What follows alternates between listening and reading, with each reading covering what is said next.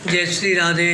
आनंद आशुलिपि पत्र का अंक 35, प्रतिलेखन संख्या 3, गति 100 शब्द प्रति मिनट, कुल शब्द 400। प्रारंभ करें। उपाध्यक्ष महोदय, मैंने एक संशोधन को सूचना दी थी। उसमें जो विचार निहित हैं उसको मैं 2 शब्दों में रखना चाहता हूँ।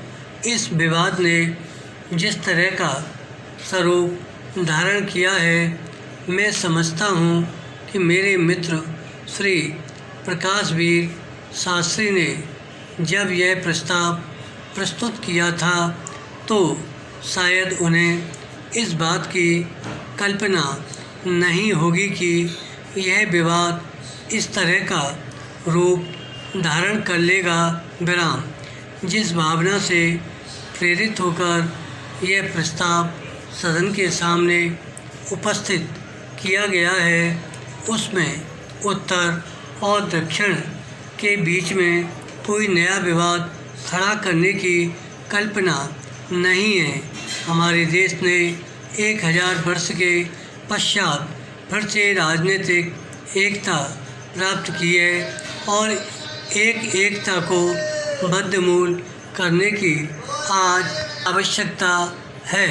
यह ठीक है कि एकता की यह भावना हमारी एक संस्कृति के आधार पर प्रतिष्ठित है, लेकिन राजनीतिक क्षेत्र में यदि हम एकता को पुष्ट करना चाहते हैं तो हमें ऐसे पग उठाने पड़ सकते हैं जो कि आज की दृष्टि से आवश्यक प्रतीत होते हैं।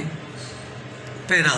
हमारे महामहिम राष्ट्रपति जी ने कुछ वर्षों से दक्षिण में जाकर स्वतंत्रता दिवस मनाने का संकल्प किया है और संपूर्ण देश ने उनके इस निर्णय का स्वागत किया है कि वह वर्ष में एक बार नई दिल्ली से बाहर जाएं, किसी दूसरे प्रदेश में, और वहाँ की जनता को भी उनके प्रत्यक्ष संपर्क में आकर इस बात का अनुभव हो कि वस्तुतः हमारी जो एकता है वह स्थायी एकता है, व्यवहार्य एकता, जो कि क्षण प्रतिक्षण हमारे अनुभव में आती है। विराम। पैरा। मैं समझता हूँ लोकसभा के अधिवेशन को दिल्ली से बाहर रखने के पीछे भी यही भावना है। प्रश्न राजधानी को बदलने का नहीं है। राजधानी तो दिल्ली ही रहेगी। यहीं पर वह किल्ली गाड़ी गई थी जो ढिल्ली हो गई, इसलिए यह दिल्ली हो गई।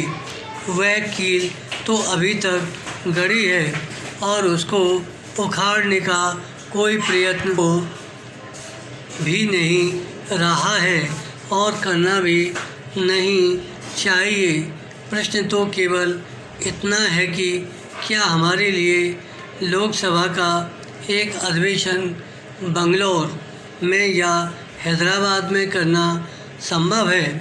इस बात से तो इनकार नहीं किया जा सकता कि जो विंध्याचल के उस पार के लोग हैं वे इस प्रकार के अधिवेशन का स्वागत करेंगे, और इस बात से भी इनकार नहीं किया जा सकता कि वहाँ अधिवेशन करने में अनेक व्यावहारिक और आर्थिक कठिनाइयाँ हैं। विराम।